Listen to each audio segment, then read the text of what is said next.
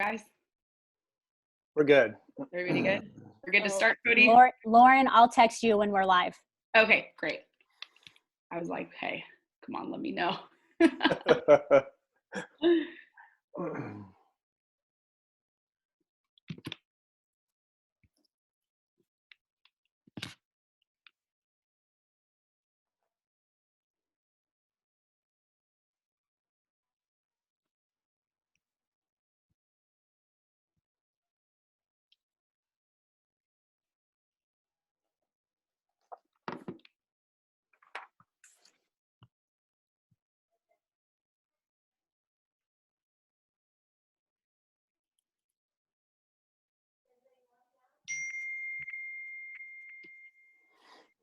Okay, we're good to go. Welcome, everybody. This is so exciting. We have this amazing panel. Before we start, I'm going to introduce myself. I'm your host for today, Lauren Chamberlain. I was a previous former national team member, professional softball player, and now I get the opportunity to work with Major League Baseball on my own show called Stacked. So that's very exciting. Enough of me. We have something so cool going on today. So USA Softball has officially launched the Sport Development Series. It's a series of 10 topics. We're airing them bi-weekly with the goal being to educate all levels of softball in a brand new way, stepping away from the field, stepping away from the cages and going straight to your computer screens, wherever you are in the world, getting you guys newest information that we have for you. The first topic for today is a very important topic. I'm so happy that we're actually starting with this topic. I think it's important. It is mental health awareness, and May is the month of mental health awareness. So it's definitely fitting. We have an incredible panel to discuss this topic from all different angles, and I'll get to how important that is because this topic really spans all humans. But I want to individually give them all the credit in the world and talk about how amazing these people are on our panel. First, we have two-time All-American at UCLA. Okay, I might run out of breath because we've got a lot of stats coming here. Current pitcher and utility player on the 2020 Olympic softball team. Been on Team USA since 2015. She is a 2016 World Championship gold medalist, 2017 Pan American gold medalist, also currently playing in Japan for Team Honda, Ali Carta. Internet clap. Hello, everyone. All right, next up, we have a three-time All-American at the University of California, Berkeley, current first baseman on the 2020 Olympic softball team, has been on Team USA since 2011, two-time World Championship gold medalist, two-time Pan American Games gold medalist, and has played professional softball in the Japan League. Valerie Arioto. Hi, everyone. All right, up next, she is the Western Territory Deputy Director on National Umpire Staff. She was selected to officiate at the Tokyo 2020 Olympic Games, has umpired numerous international softball events, including the America's qualifier for the 2020 Tokyo Games. She serves on the WBSC Regional Softball Umpire Coordinator Committee and serves as Deputy Commissioner for USA Softball of Southern California Association, Chris Trump. Yay! And then last but not least, our expert on today's panel, I got to really read this to get this right. Licensed psychologist in California, New York, Virginia, and Washington. Has been a sports psychologist for over 30 years. Has worked 7 Olympic Games as a senior sports psychologist with the U.S. Olympic and Paralympic Committee. Has worked with the 2004, 2008, and 2020 U.S. Olympic softball team. And the coolest thing to me, developed a working relationship with the U.S. Navy SEALs, Dr. Jim Bauman. Awesome. So like I stated earlier, the best part of this panel to me is that this topic really spans all of humanity. It has to do with every single human, regardless of what you do, what your career is, what you've been through, what you might be going to. It has to do with everybody. It definitely does not discriminate. It's very much so a human thing, a human topic. I'm very encouraged by this panel. I'm excited to have all different walks of life here and to get your guys' perspective on mental health. We're going to go kick it off with Dr. Jim Bauman. So we are very grateful in this space, especially talking about mental health and mental health awareness, to have an expert and have a scientific backing to what we're talking about, just so that people who might not be familiar with the topic can understand and have a better kind of grasp of what we're talking about. So Jim, I'm going to start with you. What is mental health? For those of us that might not know, in your terms, what is that? Great. Thanks, Lauren, for being here, and everybody who's joining in as well from wherever you are. My background's up in Seattle, and it actually looks like that here today, So sometimes in terms of thinking about mental illness, the best way to explain this is taking a look at it as being very similar to a physical injury, basically. All athletes are very familiar with physical injuries and what goes with that. But if we also line up kind of mental health and wellness with a physical injury, then sometimes that makes more sense in terms of explaining this. So as we think about mental illness as similar to being to a physical injury, both deal with levels of seriousness. For example, if we look at ligament injuries, they're described as grade 1, 2, and 3, with 3 being the most serious. Each grade level has its own course of treatment, basically. Level 1, you might just need moderate inactive play for a prescribed length of time. You might have to ice it, let it heal. You might even be able to play, for a limited amount of time. Level 2, you might need physical therapy, but be restricted from playing for some time. Level 3, you need surgery. You'll be done playing for a while, and in some cases, it could be a career-ending injury, and that's which is the most serious. So I'll be lining up some mental ill kinds of issues with kind of those 3 levels as well. What we can probably all agree on is if you don't have a professional look at and treat your injury, you could be really in more pain for a longer period of time than you need to be. And also the recovery time could be much longer than it needs to be.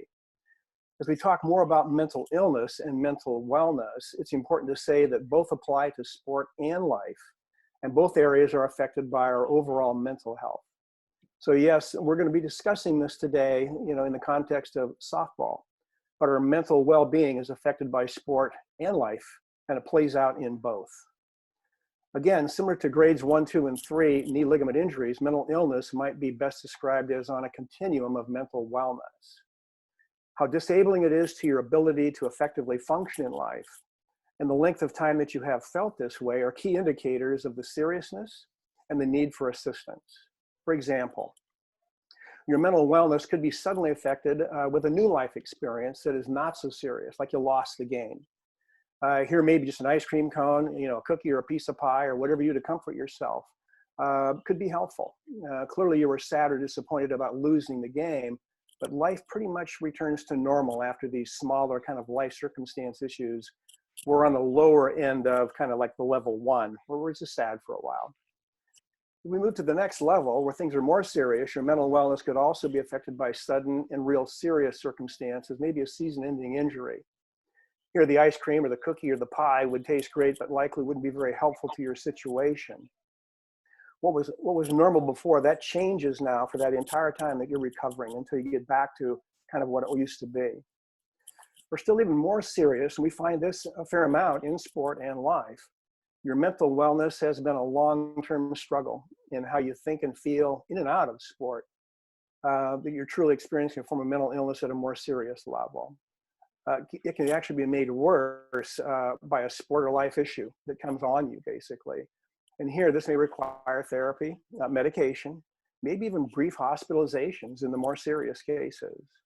However, like the knee injury, if you don't treat the issue, it could very likely get worse, resulting in more emotional pain, decreased athletic performance, and just being really unhappy with your situation. Let's talk about 3 things that kind of play into this as well. Number 1 is the frequency of mental illness that on that same mental wellness continuum. Number 2, kind of how our levels of sport are responding to this. And 3, a continuing problem with connecting athletes to mental wellness resources. So first, percentages are always really interesting, Lauren, but they do give us a snapshot of different views. As we've seen from the COVID-19 reporting, experts reporting on the numbers and how we should respond, vary with the experts. We even have the experts who agree on that. However, because we've been dealing with these issues in mental health for a long time, this isn't new like a COVID-19. The things we know about mental wellness, these numbers are pretty consistent and they're pretty reliable. So here's some numbers just to kind of set the stage here a little bit. About 19% of presenting issues involve different levels of anxiety. So anxiety is kind of the number 1 thing that we're dealing with. little over 7% deal with depression. So those are the two big ones. And what's not unusual at all is for both of those to be happening at the same time. About 1 in 5 adults in the US experience mental illness. About 1 in 25 adults experience really serious mental illness kinds of issues. And we actually see that number growing right now with the growing number of homelessness populations of people that we see as well. 50% of all lifetime mental illness begins by age 14.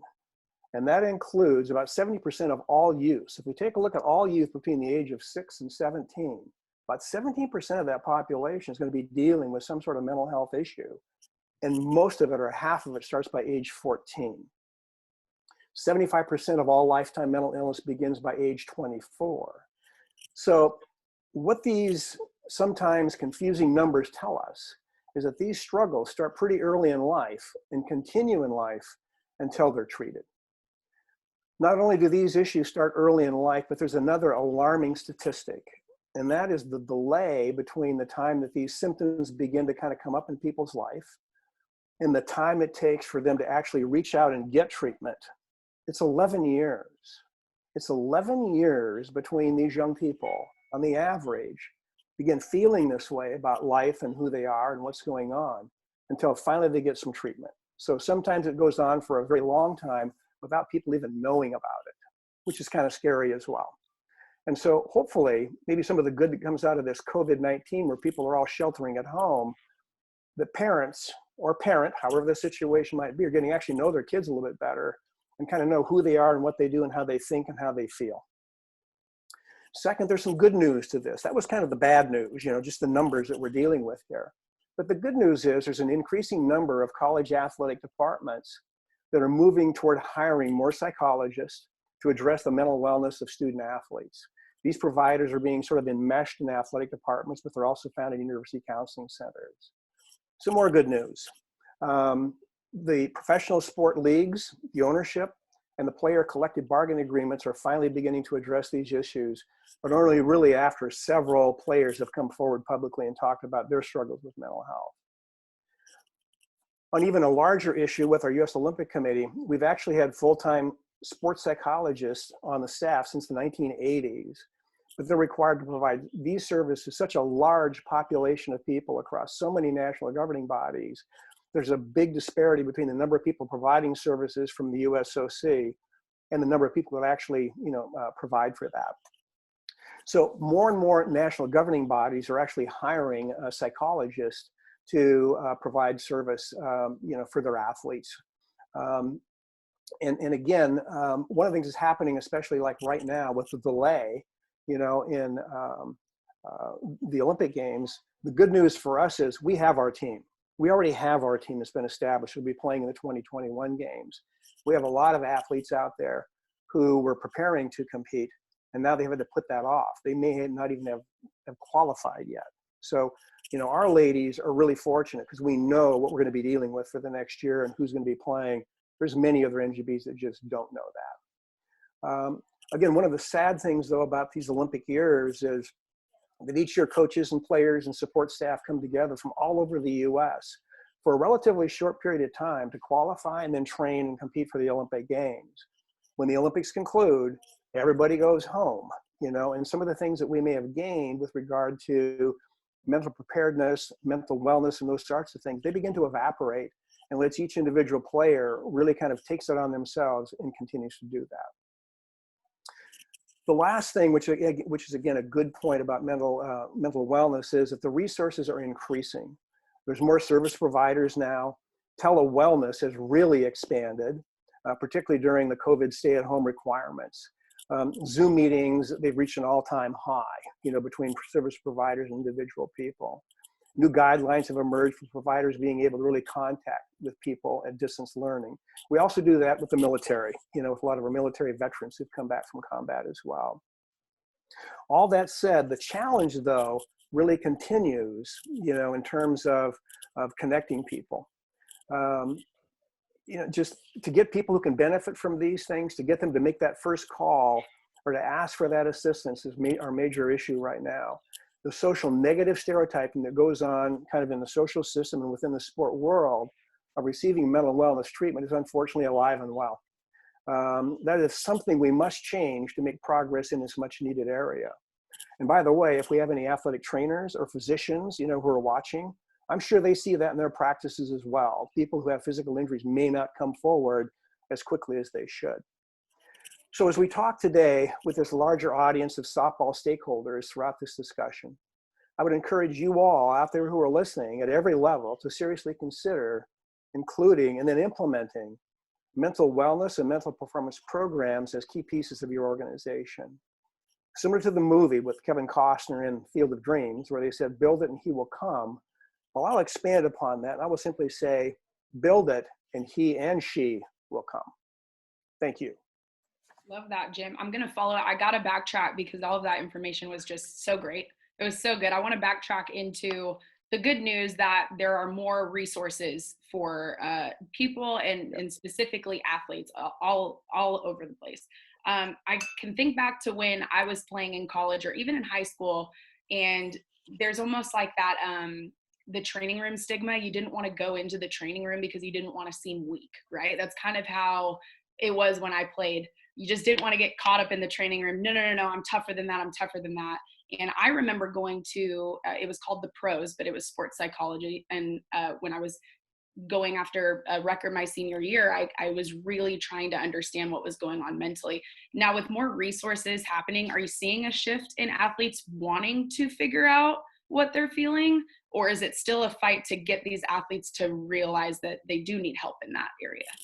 Well, the athletes are pretty smart people, really smart people. And one thing that I have found, Lauren, has been that it is really helpful for whoever's providing a service to be around that group regularly. So for me to come in, once a month or, once every 6 months, you really can't develop that kind of relationship. And out of that relationship, the trust, to be able to talk about these sometimes very personal kinds of issues. So one of the things we're pushing within the sports psychology group and with, the USOC and with the pro teams and that sort of thing is to really have these providers more regularly around, so people feel, I think, a little better about communicating and sitting out on a bench and talking about this. And I don't know, maybe Val and AC may address that as well, in terms of what it's like from an athlete's perspective, now, as well as what you experience as well, Lauren. Right. Thank you so much for sharing all that. And we'll circle back around to you for sure. But the sport of softball as a whole is in great hands. And a big reason for that are our three other panelists right here. Allie, Valerie, and Chris, this is a general question for all of you guys to answer. Can each of you share your thoughts on your mental health or how you feel about it and how it might be prevalent in your life, or if it has? And we'll get into individual things, but just your general thoughts on mental health. Chris, you can start us off. Perfect. For me, mental health is extremely vital. I can be in a great physical mode, physical shape, but if I'm not in the right state of mind, I can't be my best self. And if it's as personally or professionally, that's extremely important. So understanding what is right for me, and again, what's right for me as a person may be different from everybody else on this panel, but I know I have certain routines that I need to do that are healthy for me and my well-being, physically and mentally. And then of course, having a support system is extremely vital. Having my family that constantly you talk about something, you're like, oh, maybe I can do this. Well, why not? Why not? So having those people that celebrate and are constantly pushing you up. And I have a great amount of support even within my peers of my crewmates within the softball community that I can go and I can just lay it out. They can watch a game. And maybe it's not that great game, but they can share that emotion. I can data and emotionally dump stuff and move on. So it's really nice to have a lot of support. And through all of those things, my attitude, again, right space, right mind, having a lot of confidence, building that confidence and understanding that I'm going to continue to grow and have that growth mindset. So I acknowledge my emotions. I have days that stink. I mean, I'm not going to ignore them. I know I'm not going to ignore them, but I'll look at it and I'm going to move through them. I might need some help, but I'm going to move through them. So it is very vital to just me being a good human being and, being well and being able to be my best self on what I can do for my family and my peers. Awesome. We're going to jump straight from umpire to player. Allie, take it away. What are your thoughts? Well, I think mental health right now is just something we're just talking more and more about. And I think it's amazing because I think honestly, so many people, like we've talked about, are struggling in so many different ways. It could be, like Jim talked about, more kind of that stage 3 and kind of extreme, or it could just be more of a level 1. But in every single way, we're all struggling. So I think it's just so important right now for us to just talk more about it and be more open and knowledgeable, and just kind of that growth mindset that Chris, you talked about, just having that and being able to just understand it a little bit more. So I think for all of us, like we're trying to understand our own mental health more. We're trying to understand what other people are going through, and just how we can kind of manage and cope a little better. So I'm really excited to be here and have this conversation, and be able to open up and just have these honest conversations. Honestly, I haven't opened up too much about it, so I'm excited to do that a little bit today. I personally struggle a bit with anxiety and my own mental health, so just kind of learning more self-awareness and being able to just talk about it out loud, especially with this panel, is awesome. So I'm just excited to be here for it, and I think it's going to be a huge step for all of us, and hopefully people listening to kind of take that step for themselves too. Awesome. Allie, we're going to get into it later. I could feel it. Go for it. Yeah, so just echoing kind of what everyone has said, it's like such an important topic. And I kind of came, probably 2 years ago, I was thinking of softball and like, okay, how can I get better? Like every athlete's just trying to get better. And, you hear the saying of the game is 90% mental and 10% physical. So I started kind of utilizing that, trying to get better as an athlete, and, being more calm, using my breath at the plate when I'm, it's a bases loaded, like really pressure situation. So I started to use it within, playing. And then I was like, okay, if this is working, why don't I use this for my personal life? That's just like crazy to not. So I started to use it in my personal life because I'm just, I don't always, you have to be calm and happy in your personal life also. So I've started to kind of translate that now in my personal life, because I'm someone who's like, okay, I need to be busy. Okay, things are out of control now. So I kind of learned to be like, okay, this is how I'm going to deal with it. And going from performance to personal life, it's such a big deal that I'm so passionate about it. I started courses to help with self-care, and how, self-care isn't selfish. It's taking care of you so you can show up better for other people and show up as your best self.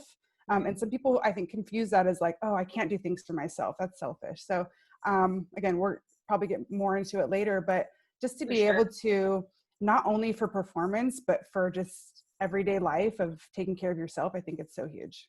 Yeah, I can think of, you were saying breath at the plate, and how many times like throughout this whole experience in the last however many months, being like, I just need to take a deep breath.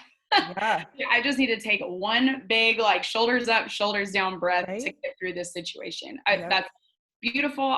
Thank you for sharing that. Chris, we're going to circle back around to you. Can you explain how mental health practices can benefit umpires in our sport, for our umpires that are tuning in, and also for everybody in the sport of softball? I think umpires aren't really talked about as much. You guys you're a huge part of our game. You're on the field with us. Every time we're there, you're there. But I think it's important for you guys to share your perspective too. So talk about mental health practices for umpires.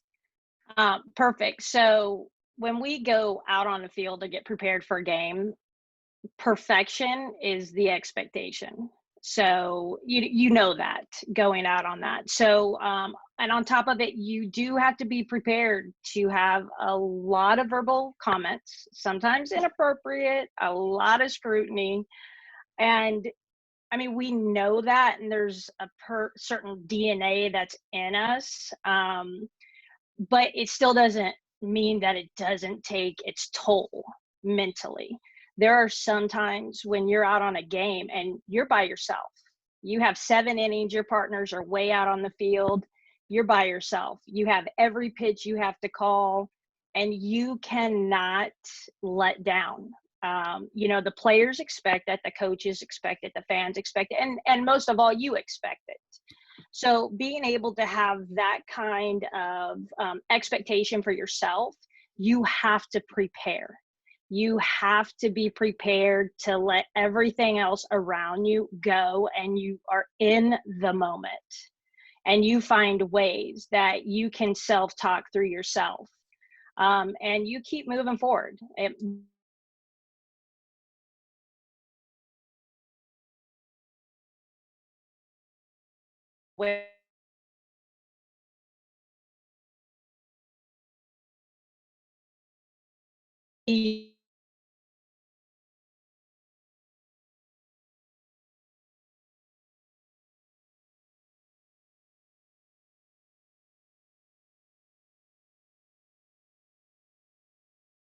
Focus. So there's a lot of tools that our conferences give us, our programs give us, and we talk about as a support staff also within games. Because there's sometimes where someone might have a bad day, but it still really comes down to the crew is going to pick each other up. And I know you guys see that as a team.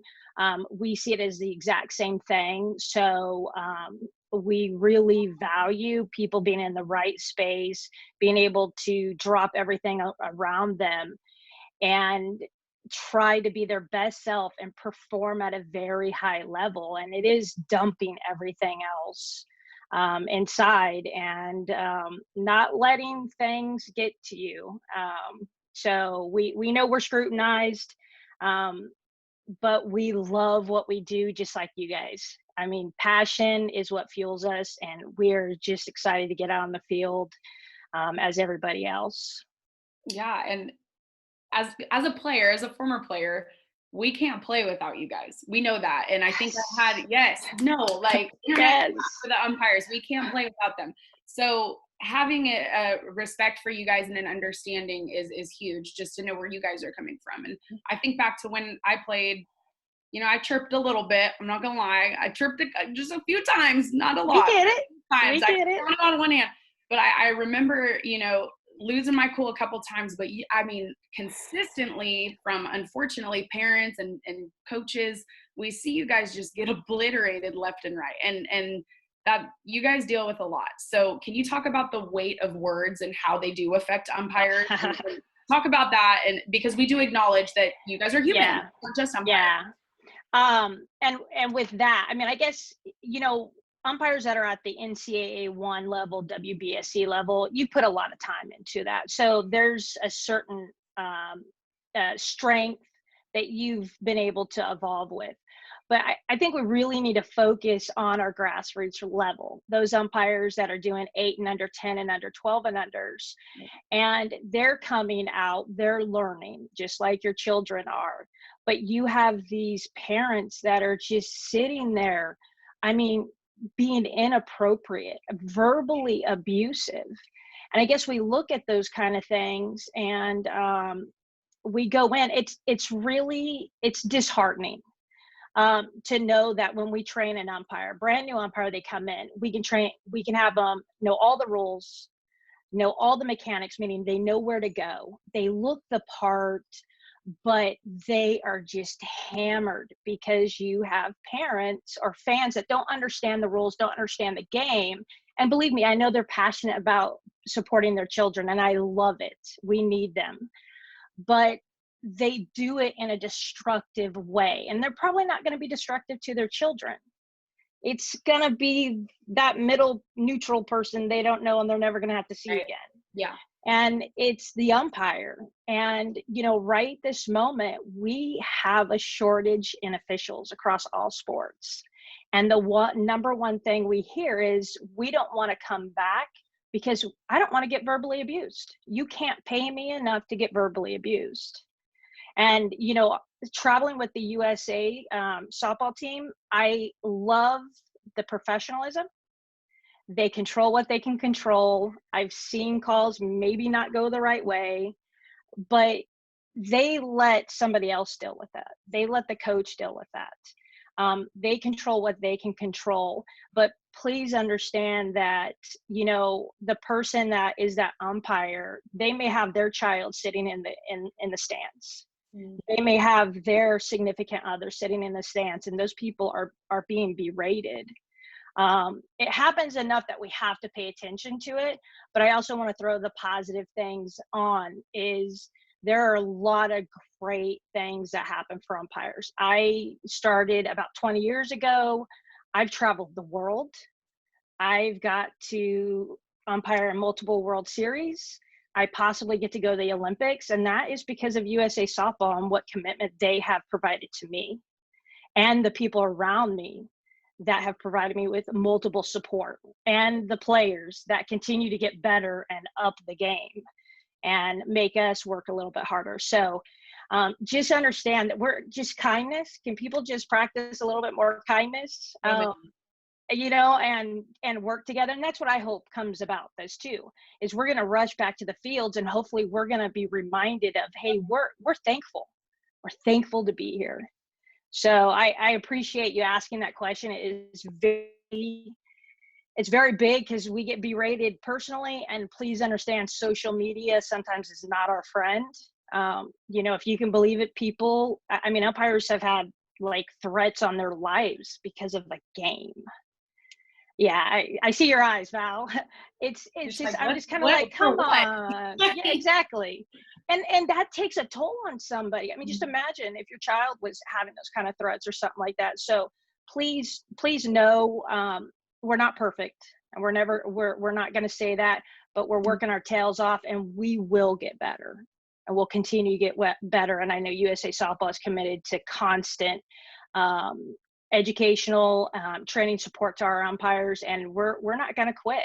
I mean, we're just not. We're committed, just like they're committed to the players. So I appreciate that question.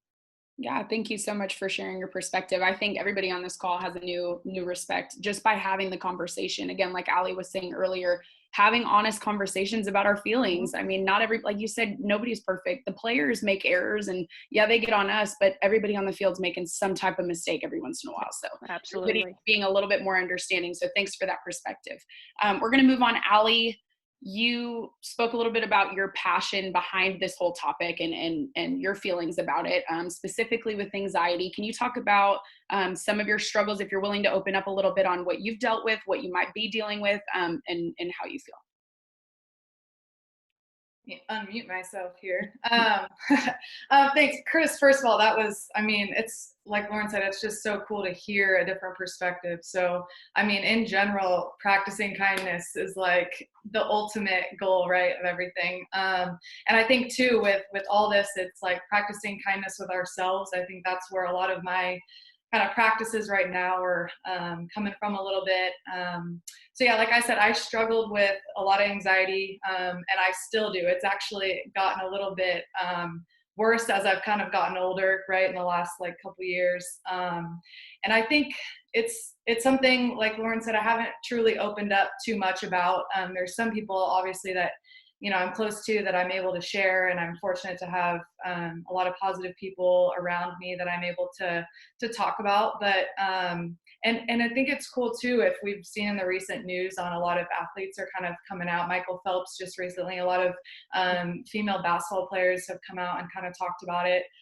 So I've been following along with that, and honestly, the last couple of days was just inspired by it. And I talked with Lauren, and we had this whole idea around this call, and USA was supporting us. And so I just want to say, first of all, thank you for Lauren and USA for us to be able to share our experiences. So with my anxiety, I think it's just kind of like a wave that I'm kind of riding right now. I don't fully understand it really. Some days I'm fine. Some days are really sucky and hard. Some days I kind of can manage it. And then there's some days where I'm just like, I have no clue where to start. And I'm more of, I get like anxiety over things that I obviously can't control, but I think I get frustrated sometimes because for me as a person, I I feel like I have control over myself and how I can kind of live my life. So when I don't have control over myself, which I feel like I ultimately do, I get really frustrated that I can't just flip my mindset when I normally can, and just like feel better all of a sudden, and then kind of just flip it and get my mindset to a different place. So it's kind of been my struggle right now. I get these moments where I get a tight chest, I can't really breathe, and I get just so overwhelmed. And it's like, for some, I don't even know, sometimes on why. And it's that, I think that's the hardest thing too. It's like, maybe if I had a reason for it, why I'm feeling this way, or because of A, B, and C, or because I'm, maybe it's because I'm going to go speak or something. If I had more of a reason, then I think it'd be a little bit easier for me to understand. But it's hard sometimes when I don't know why it kind of comes about.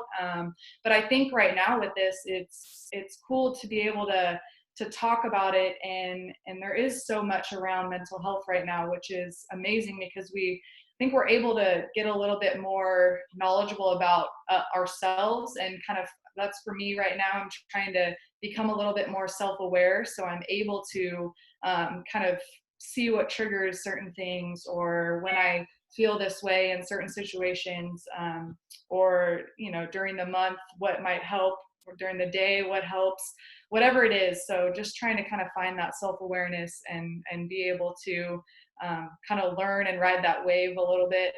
But for me right now, it's definitely something I'm still dealing with. The pandemic doesn't make it any easier. So I know a lot of us are going through that.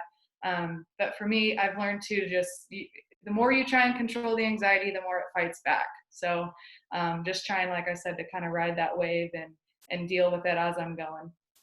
Yeah, Ali, thanks for sharing that. You're not alone. I deal with that every day, and it definitely got worse as I got older, especially after retiring. I would say that's when it really triggered. Didn't have a thing to do to keep my mind off of it. So I think the downtime kind of can get things to kick back up. But I remember specifically for me, one of the best things that I did was make a phone call to a doctor. It got that bad for me that I picked up the phone and I called a doctor and I scheduled an appointment just to talk. My therapist wasn't enough. The phone calls to mom, it wasn't enough. So just that simple phone call, it seems simple really when you talk about it, but at the moment it's like not, this yeah, the most really humbling experience when you're dealing with, national champions, future Olympians, and you're thinking, man, I've been able to accomplish so many things in my life for so long.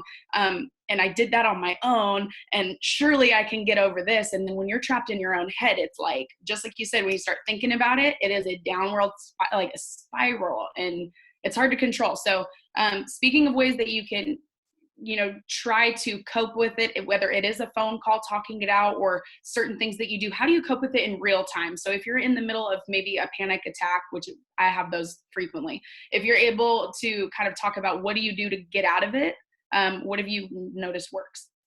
I think, like Val talked about her breathing. So I'm a huge believer in that too. But just this past year, I've really just tried to kind of learn more about mindfulness and actually the correct way to breathe. And there's so many different ways that you can actually slow your heart rate down and kind of control that moment.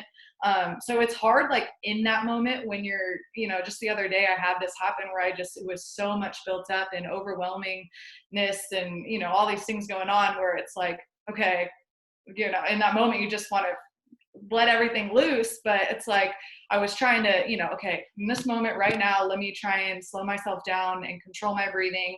And as much as it's hard to kind of like do that right in the moment when I'm struggling that bad, it's helped because I've practiced it, and I've just started to see a huge difference with it, I think, in the recent couple of months, because I have practiced it so many times and have done my research on it. It's different on just kind of breathing, and we know that breath helps and slows your heart rate down. I've really tried to take pride in that and doing it throughout the day, so that when those moments do happen, that I can kind of go back to that, and I can do those breathing routines and exercises. And it has really helped. But again, I think that's because I've practiced it so often. And it took me a really long time to finally feel a difference with it. So I think that's number one for me. And then number two, I'm getting better at, but just trying to complete one small task has been kind of big for me too. I think when we feel really overwhelmed in the moment about whatever it is, if I can just kind of maybe go organize my desk and kind of do something small before I tackle whatever it is that I need to. I've found that it kind of helps me simplify things a little bit, and just you feel better in general when you accomplish something, right? So, and again, I keep it super small. So if I was, let's say, for example, if I was really overwhelmed about this call we're going to have, I would want to just first kind of in my space that I'm going to do the call in, just kind of organize it, make sure everything's not cluttered, and make sure I kind of have everything in order, just so I feel a little bit more accomplished before even doing whatever it is that's kind of giving you that anxiety. And then third, I think just moving in general and exercising. We all know that that's a huge part of your mental health, and it helps a lot with kind of reducing stress and anxiety and all that kind of stuff. So I mean, I love working out, so I do it already, but I've found that if I'm not kind of starting my day with it, that I start to spiral already. And then once I'm spiraling, I'm like, okay, let me go work out, and it's midday, late afternoon, evening, when I've already had this whole time I could have, reduced that. So for me, I'm trying to kind of get my moving and exercise stuff. And whether it doesn't need to be, for me, I'm like crazy and want to do all these like hard workouts. So I've tried to get myself just to go for a walk in the morning, or a light jog, or just kind of be in the backyard moving around, instead of trying to like, I have to do this big workout in the morning to get my day set. Instead, just, okay, I can do my workout later and get my good stuff in later. But if I just go for, a walk and kind of get my heart rate moving in the morning, that's really helped me. Even when I'm sometimes don't want to, I know that it's going to kind of pay off later in the day, and I'll reduce my anxiety, hopefully, a little bit. Yeah, for sure. I think back to what Jim was talking about earlier, comparing, your mental to like a physical injury, like how you can relate the levels. I think with the public, when people don't, I think the stigma around it is that people don't see what's happening in your brain. If you see someone that's limping, you can say, oh, I can see that they're physically hurt. That must be hurting them really bad. But when they don't see what's going on, it's almost harder for them to understand. And I think anxiety has one of those stigmas. What do you feel about the stigma-ality of anxiety? How have you dealt with that stigma? Yeah, I mean, I think in general, the big stigma that we've all kind of talked about and heard is just like, as athletes, we're kind of expected to be mentally tough and just push through it all. But for me, I feel this, my own kind of stigma around mental health and anxiety in general is I felt like I couldn't really say anything, or maybe I shouldn't say anything, because I've seen a lot of my friends or just people that I'm around just struggle more than I am. So as weird as this sounds, I'm like, they're struggling so much worse than I am right now. Maybe, I don't need to say anything or do anything, and I'm really not that bad, because they're really struggling, and I'm not going through what they're going through. So maybe I just shouldn't say anything. And I think that is just the biggest lie I've told myself, because everyone in their own way, like I said earlier, is struggling. So it doesn't need to be this big traumatic thing to get you to, kind of speak out about it, or go seek help, or talk to someone, whatever it is. We're all struggling. So I think I'm fortunate enough that I kind of caught it when I did, although I do struggle a lot with it, that I was able to not get to that point, and I was able to kind of talk about it and work through it, and I'm still working through it. But I just, yeah, like I said, I've just seen these tremendous athletes coming out with their stories and seeing friends struggle. And I just kept telling myself, I'm like, well, I don't think my struggles are as bad as theirs. I don't feel like I can say anything. I think that it all just made it worse a little bit. And that there's really no mental health issue that anyone is going through that is too small, that you shouldn't, talk to someone about it or hold it in, because it's just going to keep building and building and building. So I think that's been kind of my stigma that I've just recently kind of worked through too. And I'm happy I did, because I think it's helped me, and hopefully it can help some other people. But just no issue that you're having is too small to speak up about. And for those that are watching, this is Allie Carta, future Olympian, speaking openly about this. And this is very important. So Allie, thank you so much for sharing that and being honest with us. I think that's huge, huge for these players that are watching. Val, we're moving on to you. I know just from, if you follow Val on Instagram, if you're with her on social media, she's a huge advocate for mental health awareness and just being health in general. So talk about some of those practices for you that you've been able to implement into your daily, what are you doing? Yeah. So anyone who's played with me in the last like 2 to 5 years knows that I take my morning self-care routine very seriously. They know that no matter what time the game is or practice is, I will make sure I get up to have that morning time for me. And that's what works for me. Obviously, it's going to look different for other people, but I noticed that if I didn't take that time in the morning, whether it be a minute, 5 minutes, or an hour, I didn't show up as my best self. And, if I started to just go on with my daily life and not really think about it, or schedule it in my planner, then that's when things kind of got out of control and I couldn't, deal with it at that point. So for me, I noticed I need to, I'm a planner. I get 15 minutes early to everything. So I'm like, why am I not doing this for myself and for my self-care as well? So I started making that time in the morning, schedule it out, me time, whether it's like just to really enjoy that first sip of coffee and to like take that like minute to just, be with myself, or it's like, that whole hour I'm going to journal. And journaling has been like one of my favorite practices as of late, because it's just a way to check in with yourself, be able to be like, where am I at? What do I need? And just to start my mornings off like that is so important to me. And like I was saying before, is like, I even started courses because I'm so passionate about this, that self-care is not just like going to get your nails done or getting a massage, which those are great. Obviously those are self-care, and I do those regularly because I enjoy them. But self-care is so much more than that. It's like setting intentions. It's what do you want your life to look like, so you can align your actions with that. How are you balancing your life?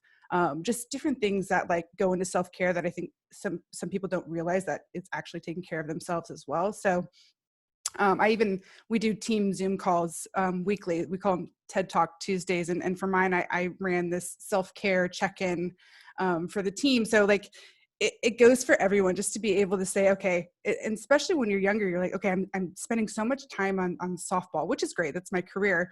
But there's so many other aspects of life that can get ignored, like your health, like your wellness, like your state of mind, all of this stuff that it's good to just sit down, ask those questions in a journal and get it out and be like, where do I need to go now? What do I need right now? So I think it's such an important piece. And I even shared with my team also that I used to be someone who's like, okay, the journal is scary because it's just like a blank piece of paper staring at me. Like, where do I start? Like, I don't know what to write. Like, my day is good. I don't know. So it's really helped me to be able to look up like journal questions and journal prompts to kind of get my mind thinking. And then I'm like, oh, now I have so much to say. And I'm able just to get it out, and whether it's a happy day, whether it's a situation that didn't go so well, just to be able to talk about it and see where I'm at in a way that's helpful. It has been so crucial to me. So my morning time, my journaling time, and checking in. So I'm excited to kind of roll out these courses to be able to help other people who are looking for things like this. Yeah. So players, if you're watching, and parents too, if you can get on Twitter, if you can be on Instagram for hours and hours scrolling mindlessly, you guys can implement this self-care, okay? You guys can find the time.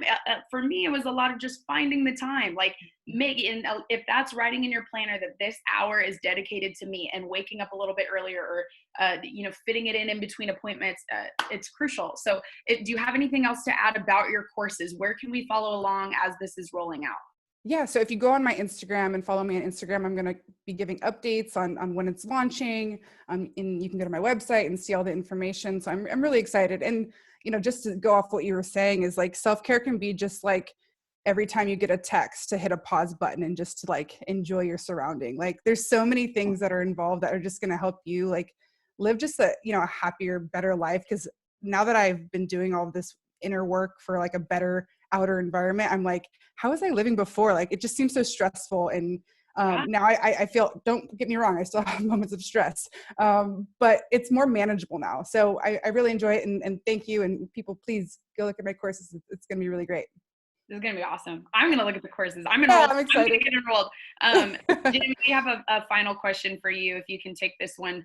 As an expert, what age should, players, parents kind of start to pay attention to their mental health, and what can parents be looking for in their children? Well, we've got such great panelists here right now, so I might even just like, how do they say it, like in their house in the Senate? I'm going to go ahead and give some of them my time to them, as well. There was so much that, Chris brought up in terms of dealing with fans and parents, and, both AC and Val talked about that as well. And so have you, Lauren. Kind of the parent piece is so important here, and we leave them out an awful lot, so if I'm going to do some work with an organization, it'll be with the coaches, the players, and the parents, to get them involved as well. But I said earlier, we see a lot of this mental health begin before age 14, so we begin to see things that maybe are unusual with our daughters or sons, maybe at a very early age, or if you have other kids, you kind of compare your brothers and sisters, the parents do with them. And if this one seems to be struggling a little bit, that one may have some issues to sort of deal with. There's a whole list of symptoms that are pretty common sense that we go through. But if you're seeing something really different and unusual, then it's something that just needs attention. And even like, Allie and Val were talking about, you have to kind of reach out to them. You almost have to make the first step, and people aren't necessarily going to be receptive to that inquiry to begin with, but you have to stay engaged, with them. And again, I'd kind of like to pass a little bit of this time over to Val and Allie, because, maybe they can go back when they were younger, and talk about sort of when they begin to kind of realize some of this. Because I think sometimes it's great to talk to people like me, but it's even more informative and sometimes even more credible to talk to these incredible young women that we have on the panel here that can give some of their personal insight into maybe how far that back went for them. Yeah, Val, Allie.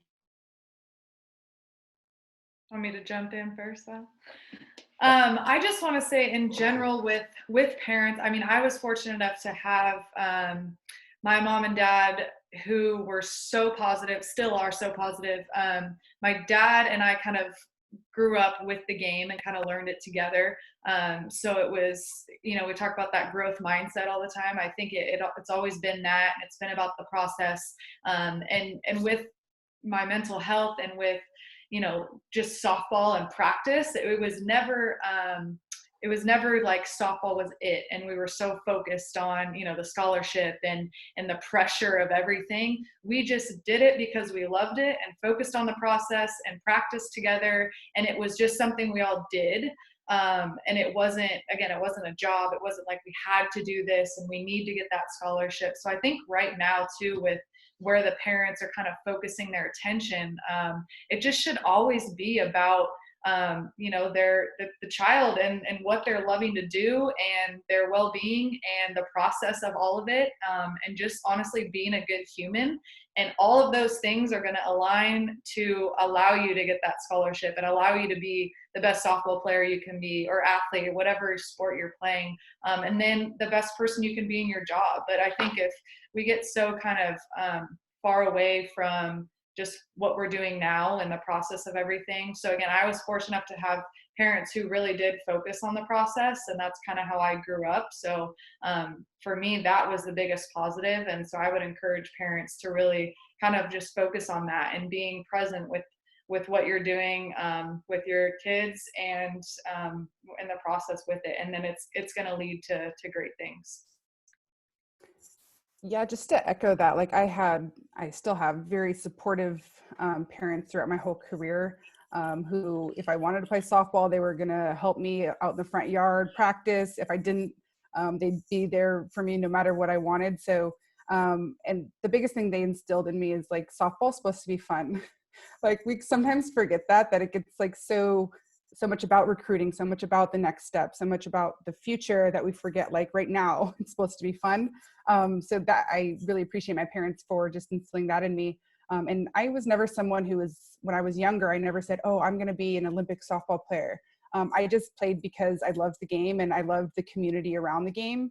And my parents were there to support me no matter what I wanted to do. So I was lucky in that sense, but to have fun for the parents and the kids, I think is so important to just the love of the game. And that's why I think I've continued to play.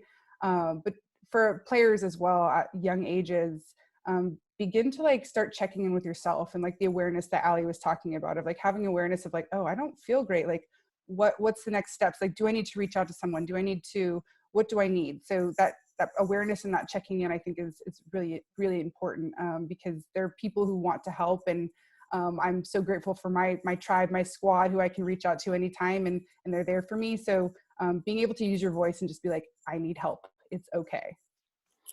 You know, Lauren, maybe I might jump in again and reemphasize something that Chris said earlier, because she's seen the game from the beginning all the way up to where she's at right now. And I've always said for the longest time that the best people should be at the youth level. I mean, our best umpires should be at the youth level.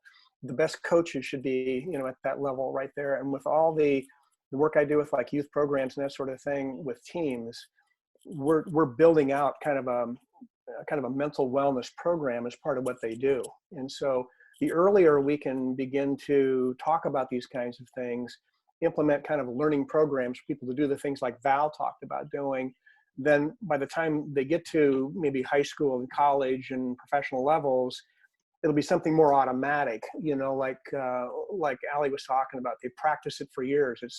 They can deal with these sort of emotional issues with the same kind of ease they can hit a ball or pitch a ball or throw a ball or catch a ball without thinking about it much, you know? And so that's where we want to be at some point in time. I think that's great. I think that final question kind of brought us back to the beginning, that the whole reason why we're doing this is to provide some extra information that is, you know, away from the field, talking about real topics, things that we might not talk about all the time, but are just as valuable as, you know, getting those ground balls and taking those swings in the cage. So big, huge shout out to Chris, Val, Ali, Jim. Thank you guys so much for being on the panel. This was a great kickoff to our series here. Thank you to USA Softball for allowing us the platform to talk about these real issues. This interview is actually going to be housed on USA Softball Facebook page and usasoftballeducation.com. June 10th is our next topic, and our topic is strength and training recovery.